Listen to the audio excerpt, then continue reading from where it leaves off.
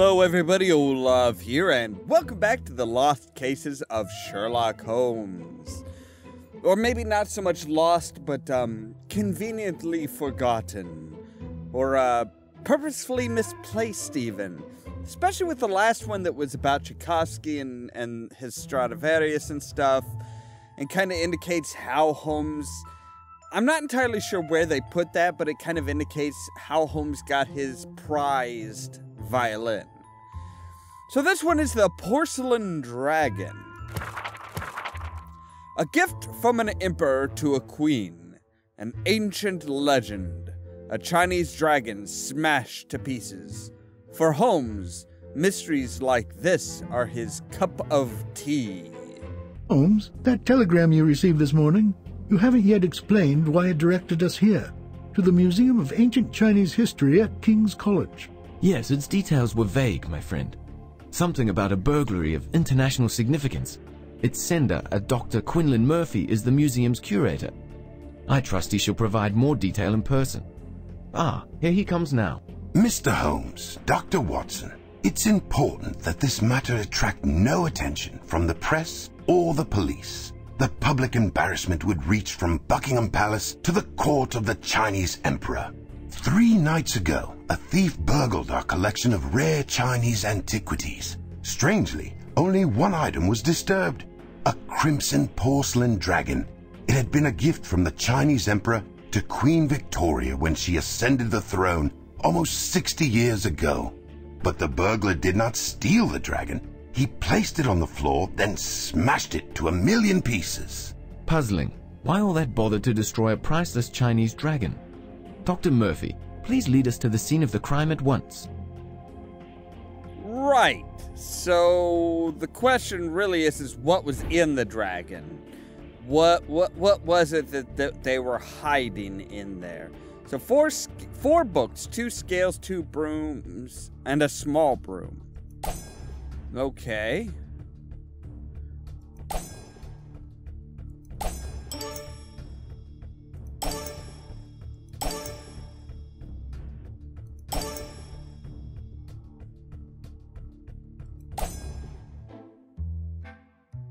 So 2 more books. I believe it's one of the Chinese prophecies that accompanied the emperor's gift to Queen Victoria decades ago.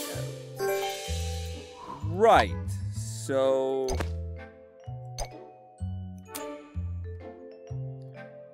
Okay, I'm not entirely sure why we're doing this, but sure.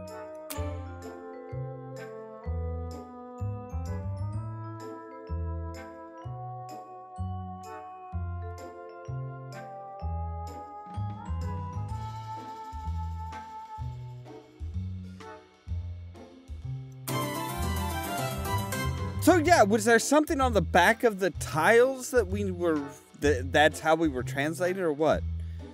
Only in the year of the dragon, on the night of the 7th full moon, will the dragon's brew bestow its healing breath. Holmes, according to Chinese astrology, this is the year of the dragon, and last night was the year's 7th full moon. Thank you, Watson. Thank you.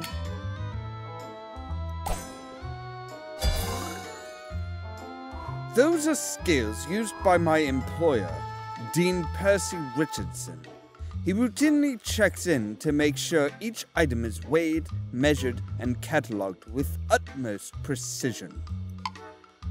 Right.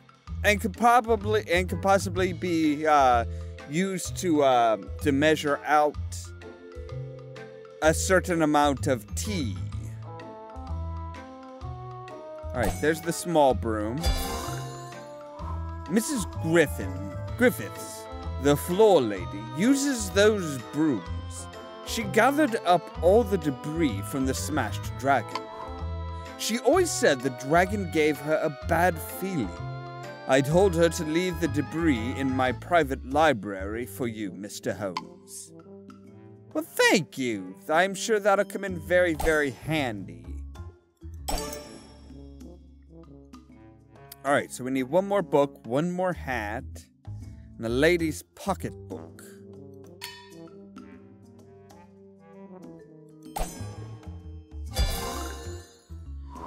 The gloves and pocketbook must have been left by Lady Regina Millingdale, widow of the late Lord Millingdale. They traveled to China often and donated many artifacts to the museum. I'm sure that's very fascinating. Technically, are these guys wearing hats?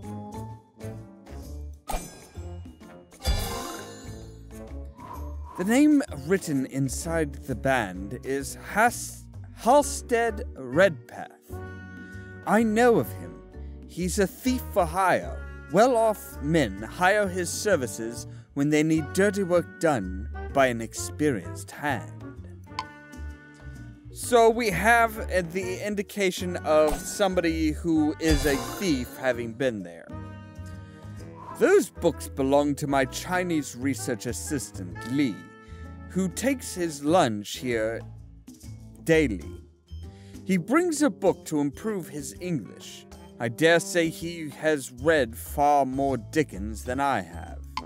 You say that the porcelain shards were placed in your private library. Splendid. Take me there.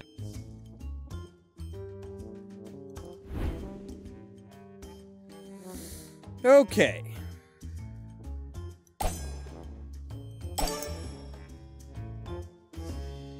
So, yeah. Playing cards, that's... Why more playing cards? Why more playing cards? Playing cards left by my niece, Felicity. She enjoys a rollicking game of whist. Beats me every time. Well, maybe you should use your deck of cards instead of hers. I mean, just a little suggestion there. So there's Holmes's cap, so that's done and out of the way. Hallelujah. So we need 3 more cups of tea.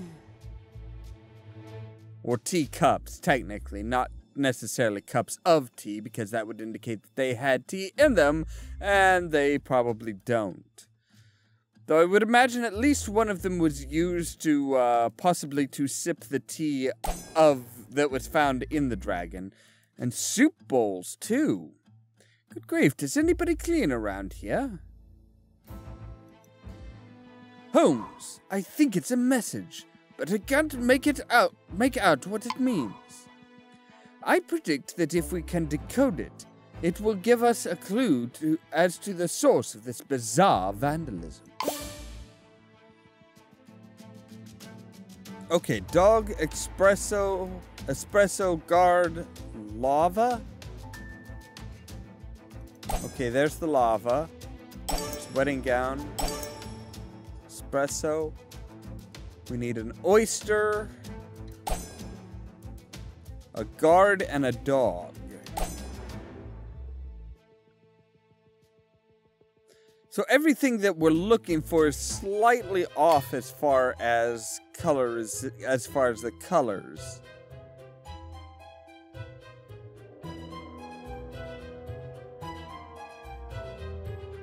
At least that's, you know, kind of what I thought was going on.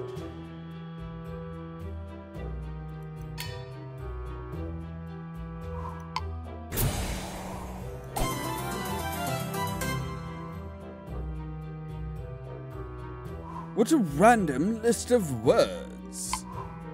Perhaps not so, my friend. Okay. Ah, okay, so they click into place.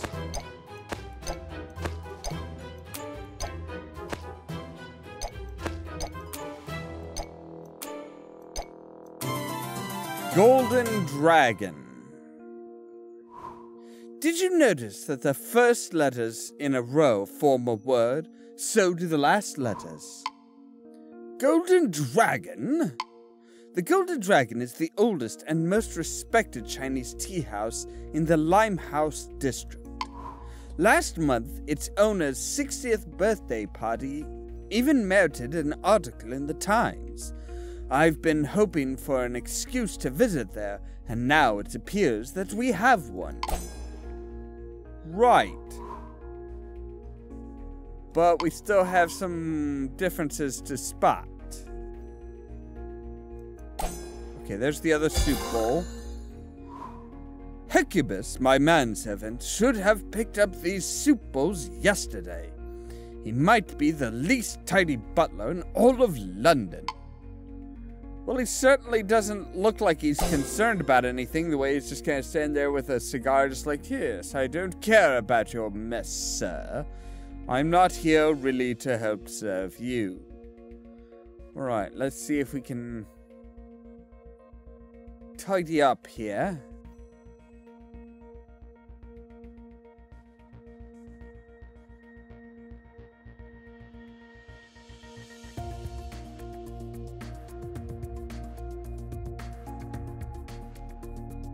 So we still have one teacup. Aha! A broken teacup. Those are teacups used by Captain Jacques Barrowman. 4 times during the past month, he barged in unannounced and insisted on sharing a cup of tea from his exclusive Oriental stock. He may be a world-class explorer, but the man is an insufferable bore. That's rude. Don't you lock the door on him? Don't let him in, then. And I don't think there's anything that says you have to take tea with him. Something here? Oh, yes. The porcelain dragon. This dragon that was smashed, it was hollow, Dr. Murphy. Were you aware that it was filled with tea leaves? Some residue remains. I'm familiar with 114 different types of tea leaves, but this is new to me, and a quality far superior to any tea I have yet experienced. Yes, this is the tea that scroll was talking about. The scroll that's supposed to help you live longer and restore your health and all this beautiful stuff. Aha, a pipe.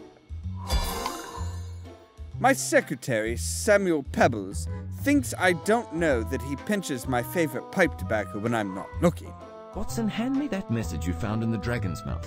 I predict that if we can decode it, it will lead us to the source of this bizarre vandalism. Didn't we already do that? Oh, yes, I guess we did. We're actually on to a different scene. It's just so freaking busy. The servant girl's apron with the scent of those mysterious tea leaves clinging to it. So somebody broke in, broke open the dragon, stole the tea leaves, and had them brew it up. I'd say this jade box once held those tea leaves you found. It's nearly empty now, perhaps only enough for 2 cups left. How convenient. 1 for Holmes and 1 for Watson.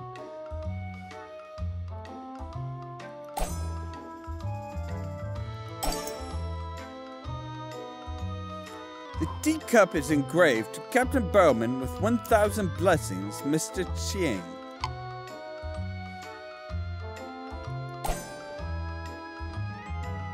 Okay, so 1 more golden dragon.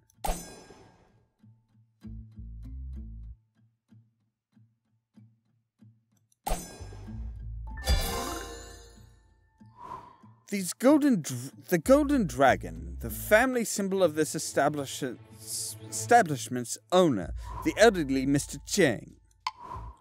For generations, his family were renowned artisans in the court of his homeland's emperors. Due to his fading health, his business is in the care of his great-grandchildren. Ah, so somebody stole the tea, brought it to the Golden Dragon, brewed up a cup for their probably for their great-grandfather.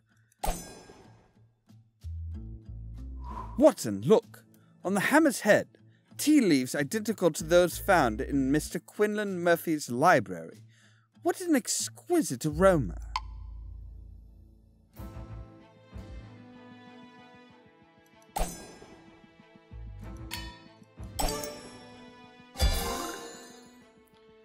These necklaces indicate that Mrs. Chang's recently dressed for a special occasion.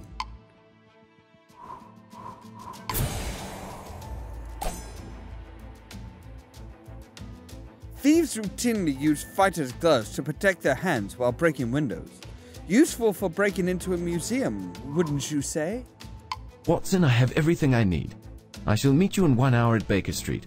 In the meantime, I must return to Quinlan Murphy's museum to speak with a person there. Also, bring that jade box with you to Baker Street. So yeah, I was gonna say, we pretty much have a full list, a full spectrum of people.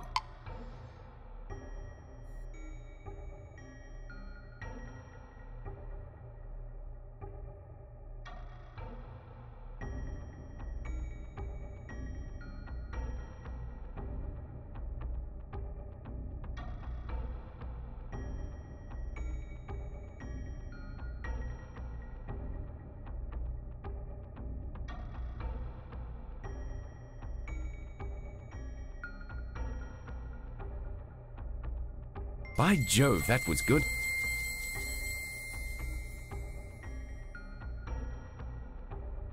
Okay, finally got it. Holy crap, that took a while. Okay. So much stuff to keep track of now. Oh my goodness, so much stuff. Yes. Yes.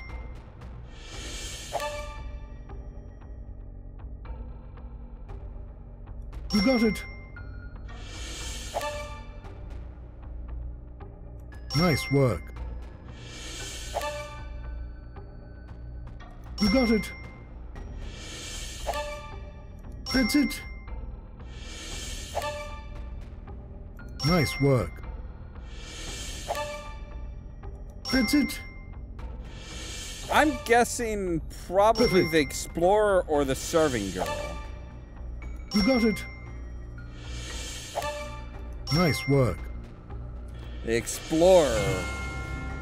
He probably found out about it from the Changs and then went and got it. That's my guessing. My guess is that he went, got it. They brewed it up because it was supposed to bring back a person's health, and Mr. Chang Sr. is in poor health. I went back to the museum and spoke with Lee, Murphy's research assistant. From him, I confirmed that our culprit is Captain Barrowman. But why him? During his travels between London and China, Barrowman learned that the porcelain dragon, which the Chinese emperor gave to Queen Victoria nearly 60 years ago, had originally been stolen by the emperor's soldiers from the Chang family. Inside the dragon, the family had hidden a legendary tea renowned throughout China for its miraculous healing properties. Its legend said, only in the year of the dragon, on the night of the 7th full moon, will the dragon's brew bestow its healing breath. So, 60 years ago, Mr. Chang and his family followed the dragon to London, hoping to somehow return it to his family. Exactly, but it remained locked within Buckingham Palace. Then, this year, finally the palace released the dragon for study. It was Captain Barrowman, a longtime friend of Mr. Chang, who then hired Halstead Redpath to break into Quinlan Murphy's collection. To smash the dragon and retrieve the tea within. Alas, even though the tea ceremony was last night, Lee told me that Mr. Chang passed away this morning in bed and surrounded by his family. After so many years, the legendary tea of the porcelain dragon could not halt the inevitable. Pity. And that wonderful tea, Holmes. What a shame it's gone forever. Not entirely, Watson. Remember, you said that 2 cups worth remained. I shall ask Mrs. Hudson to put the kettle on. Congratulations! Yep, okay, so, yeah. I would be questioning that a little bit more because it's like, okay, did the tea not prevent his death, or did the tea cause his death? Is the tea, after 60 years in a porcelain dragon, is it harmful to one's health? That would be the question I would be asking as far as all this goes. But that at least closes up the question of the porcelain dragon.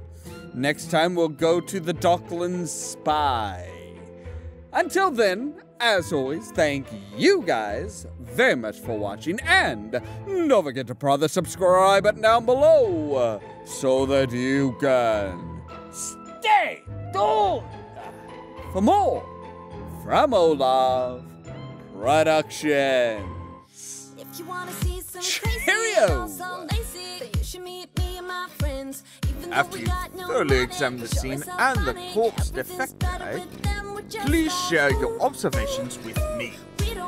Sure thing, Lestrange. Over the other eye, so that he can see much better in the dark, instead of waiting up to 20 minutes for his eyes to adjust to the dark.